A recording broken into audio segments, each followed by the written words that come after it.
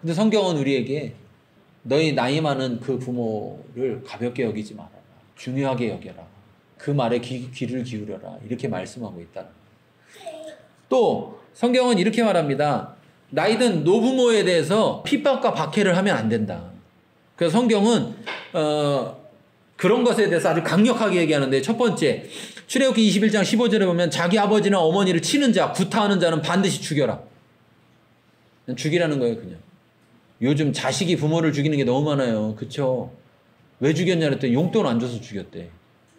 나이도 어리면 내가 말이나 하네. 어린애가 정신이 없어서 그랬다는데, 나이도 많이 먹어가지고 지가 돈 벌지. 펜펜 놀다가 용돈 안 준다고 죽였다는 거예요. 이게 말이 됩니까? 출애굽기 21장 17절에 이렇게 말해요. 자기 아버지나 어머니를 저주하는 자는 반드시 죽일지라. 이 부모에게 잘못하는 건요, 뭐 때려라 뭐 이런 게 없어요. 혼내라 이런 게 없어요. 죽여라 밖에 없어요. 죽여라. 잠언서 30장 17절에도 아비를 조롱하며 어미 순종하기를 싫어하는 자의 눈은 골짜기에 까마귀에게 쪼이고 독수리 새끼에게 먹히리라. 이 까마귀에게 쪼이고 독수리에게 먹히려면 어떻게 돼 있어야 돼요? 죽어 있어야 되죠. 그것도 어디에서? 골짜기에서. 그러니까 골짜기를 데려가고 죽이라는 거지. 잠언서 28장 24절은 부모의 물건을 도둑질하고서도 죄가 아니라고 하는 자는 멸망받게 하는 자의 동료. 멸망받게 하는 자하고 똑같은 거다. 아, 저도 어렸을 때 그랬던 것 같아요. 부모님 돈은 내 돈이다 이렇게. 그래갖고 훔쳐놓고 안 훔친 척. 그래갖고 혼나기도 했는데. 잠언서 19장 26절에는 아비를 구박하고 어미를 쫓아내는 자는 부끄러움을 끼치며 능욕을 부르는 자식이다. 죽여야 된다. 왜 그렇게? 하나님과 동급이기 때문에. 네가 부모를 그렇게 여기는 것은 누구를 그렇게 여기는 거다? 하나님을 그렇게 여기는 것이다. 성경은 우리에게 부모 공경을 그렇게 중요시 이야기하고 있다. 누가 기독교가 불효의 종교라고 그래요? 누가요? 도대체. 세상 사람들은 이렇게 말합니다. 기독교는 불효하는 종교다. 여러분 그런 얘기 들어봤어요? 못 들어봤어요? 그렇죠. 제사 안 지낸다고. 살았을 때나 좀 잘해. 살았을 때나. 부모님 살아계실 때. 부모님 살아계실 때 그렇게 잘못해가지고 돌아가시면 울기만 됐다 잘 울어. 아니 근데 왜 살아계실 때는 잘 안 해? 그런데 여러분 어느 종교 어디를 말씀을 찾아보세요. 뭐 노노맹자 찾아보세요. 부모를 공경 안 하면 죽이라고 했는가? 그 정도로 부모를 공경하는 것을 중요하게 했는가? 부모 공경하는 것을 하나님 공경하는 것과 동급으로 놓은 것이 어디 있는가? 한번 찾아보세요. 우리가 그렇게 안 하니까 세상 사람들이 우리를 그렇게 생각하는 거예요. 우리가 부모 공경하기를 하나님 공경하듯 하지 않으니까 세상 사람들이 기독교는 불효하는 종교다. 이런 얘기를 하고, 지금 기독교인들 중에도 부모 공경하라는 이 5번째 말씀을 별로 중요하게 생각하지 않는 그런 풍조가 만연하다고. 기독교인들조차도 자식밖에 모르는, 부모보다 오로지 자식밖에 모르는. 제가 우리 교회가 그런 거 요즘 안 해도 이제 일상적으로 말씀드려서 다들 잘 하시긴 하는데, 어버이 주일이거나 이렇게 할 때는 좀 교회 오지 말고 부모님 찾아가셔서 거기서 같이 예배 드리시라고 제가 늘 말씀드리잖아요. 말씀드리면 안 할까봐 처음에는 예배도 안 드렸잖아요. 교회 오지 말라고, 다 가서 하시라고. 또 교회에서 하면 안 가고 교회 올까봐. 근데 지금도 여러분 5월달 돼서 이렇게 하면 꼭 찾아가서, 부모님 교회 다니시면 그래도 찾아가셔서 부모님과 같이 예배 드리시고, 교회 다니지 않으시면 이런 기회라도 한번 찾아가서 부모님 모시고 교회 갈 수 있도록 전날 가셔서 맛있는 것도 대접해 드리고 용돈도 드리고, 그러면서 부모님과 함께 시간을 보내라고 제가 늘 말씀드리지 않습니까? 근데 우리가 교회 핑계대고 안 한다는 거예요. 죄송한 말씀인데 이거는 목사로서 제가 사죄해야 될 말씀이지만, 목사들이 잘못 가르치는 거죠. 예배는 본교회에서 드려야 된다. 아니 본교회가 뭐냐고 도대체. 본교회가 부모 공경을 하는 것보다 더 중요한 거냐고. 그게 본교회라는 것이. 하나님 말씀에 그렇게 말하지 않고 있는데요. 자신들을 위해서 하나님 말씀을 어긴단 말이에요. 여러분 꼭 하십시오. 부모님이 안 계시면 형제분들이라도 꼭 찾아서 같이 5월 달에는 좀 부모님도 기억하고 또 형제들 또 전도할 수 있는 그런 기회로 여러분 꼭 삼으십시오. 부탁드립니다. 네. 그리고 또 성경에서는 뭐라느냐? 구체적으로 물질로 봉양을 해라. 말로만 하지 말고 맨날. 예.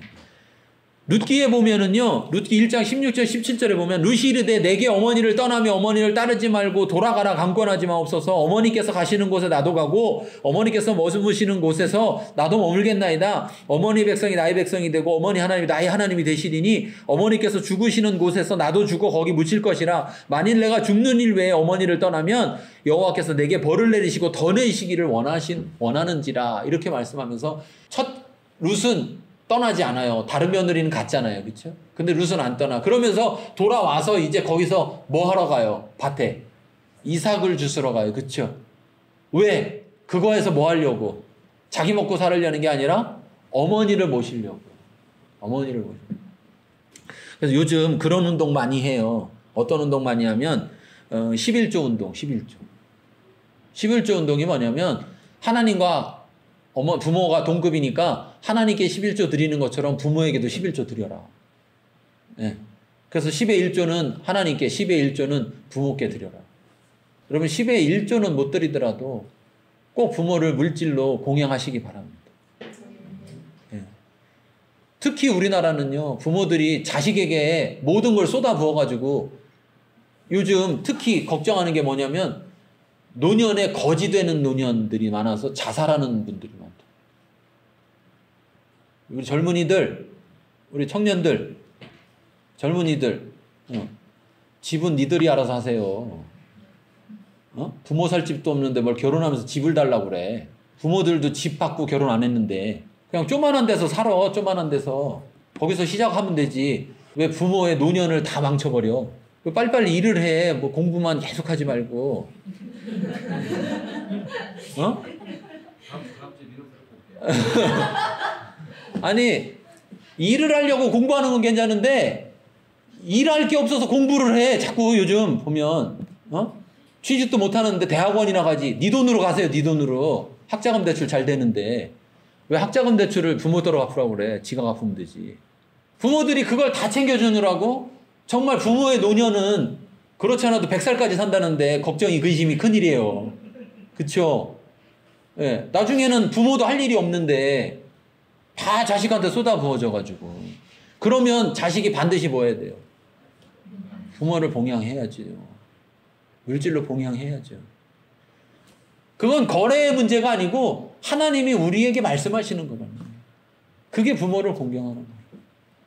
아깝다고 느끼면 부모도 나한테 줄 때 아깝다고 느꼈다는 것을 잘 기억해야 돼요. 아, 내가 월급 요거 받았는데 이거 부모 드리는데 아깝다 생각하면 부모도 월급 받아서 나 줄 때 아깝다고 여겼어. 그렇지만 줬다는 사실. 왜? 아까움보다 사랑이 더 크기 때문에. 부모를 공경하라는 말은 거래하라는 게 아니라 부모를 사랑하라는 거죠. 성경은 우리에게 계속 그렇게 말씀하고 있어요. 그러면서 특별히 뭘 말씀하느냐? 오늘 중요한 말씀이라 이거 다 해야 되겠네. 신명기 27장에 보면 저주받을 12가지 행동이 나와요. 신명기 27장 15절부터 26절에 보면 이런 일을 하면 저주받는다라는 게 12가지 나와요. 12가지. 그런데 첫 번째가 뭐냐? 15절에 보니 장색의 손으로 조각하였거나 부어 만든 우상은 여호와께 가증하니 그것을 만들어 은밀히 세우는 자는 저주를 받을 것이라. 무슨 얘기냐면 우상 숭배한 사람을 저주받을 것이라는 거 첫 번째 저주가. 두 번째가 뭐냐면 16절에 그의 부모를 경홀히 가볍게 여기는 자, 공경하지 않는 자는 저주를 받을 것이라. 그러니까 여러분 12가지 중에 하나님에게 대해서는 한 가지예요. 한 가지. 나머지 다 사람에 대한 얘기야. 11가지가요. 근데 그 11가지 중에 가장 먼저가 뭐냐? 부모를 공경하지 않는 건 저주받을 거라고 얘기합니다. 하나님은 그만큼 부모를 공경하는 게 중요한 것이라는 것. 사실 부모를 잘 공경하면 이 사회가 잘 돌아가요. 근데 부모 공경을 잘 안 하니까 이 사회가 잘 안 돌아가는 거예요. 사실. 그것을 우리에게 계속해서 말씀하고 있어요. 그러면서 자, 왜 공경해야 되느냐? 그 이유까지 이야기합니다. 자, 12절 다시 출애굽기 20장 12절 다시 읽겠습니다.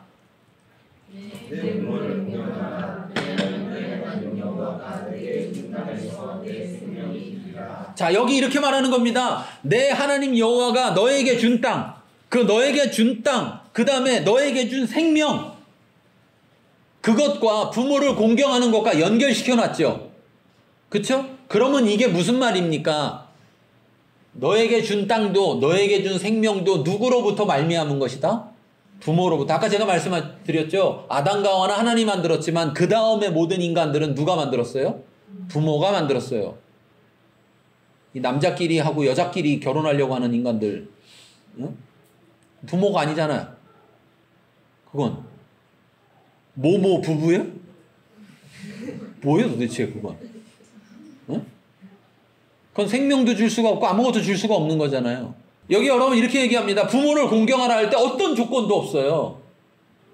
부모는 부모라는 자체만으로 공경받아야 된다는 거예요. 왜? 부모만은 자체만으로 그 자식에게 생명을 줬다는 거죠. 이런 자식들 있죠. 나 낳아놓고 한 게 뭐 있어? 널 낳았잖아. 네 생명이 어떻게 존재하냐고. 부모 때문에 존재하는 거죠. 그리고 부모가 떠날 때 남기고 갑니까? 가져갑니까? 남기고 가요? 가져가요? 남기고 가죠. 부모가 물려받은 땅을, 하나님으로부터 물려받은 땅을 누구에게 남겨줘요? 자식에게. 그러니까 자식이 하나님에게 땅을 받는 유일한 방법은 뭐예요? 부모가 물려주는 방법밖에 없는 거예요. 그러니까 우리의 이 세상의 모든 것이 누구로 인하여서 공급되냐? 부모를 통해서 공급한다는 거죠. 하나님이.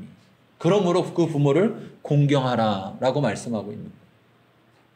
그래서 부모에 대해서 잘못하는 것에 대해서는 그렇게 강하게 죽여라, 반드시 죽여라 이렇게 말씀하고 있는 것입니다.